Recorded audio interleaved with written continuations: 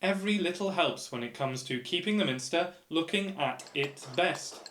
The colossal task undertaken by an army of stonemasons employed by the Minster has become a little easier recently. A donation by the local Freemasons has meant 3 new members of the team sharing this big responsibility.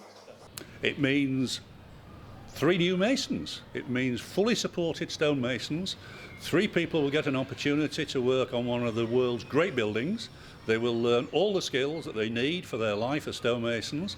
It means that our building will be properly maintained to the standard that we want, and that we will have a team fully funded. It's the fact that it's an ongoing funding right through their apprenticeship, which is a 4-year programme, and that there will be 3 apprentices over 3 years, which gives us that certainty and allows us to plan, and that's a great advantage, to be able to match resources to the workload. One of the apprentices taken on by the scheme is already at work. He's conscious of what an incredible opportunity it is to work on such a historic building. To know that my work's going up on the building and it'll be there for a couple hundred years time.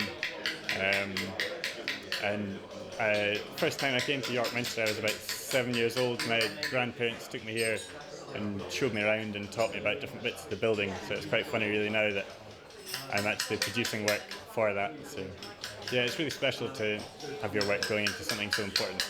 I was kind of looking for something that I wanted to do and kind of stick to, and I did a bit of labouring work for a masonry company up north, and really enjoyed that, and decided I wanted to go and get myself trained and get an apprenticeship.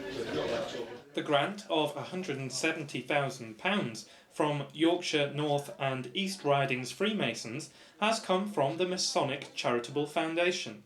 It's absolutely fantastic for us because it's obviously helping maintain this superb building, which is renowned throughout the world, I would suggest.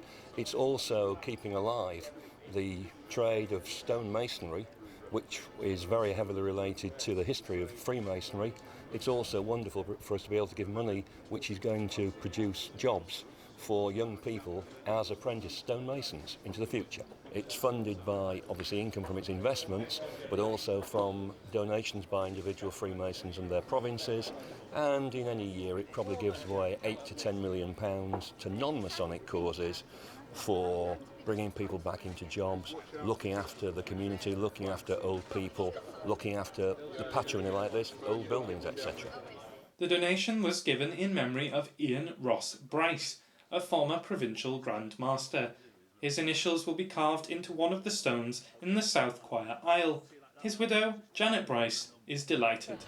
I think he would be absolutely delighted, and I think it's a wonderful idea, and I really do appreciate the suggestion to do that, and also how generous all the Masons have been to contribute to the stonemasons and the grand charity and the money that they've raised.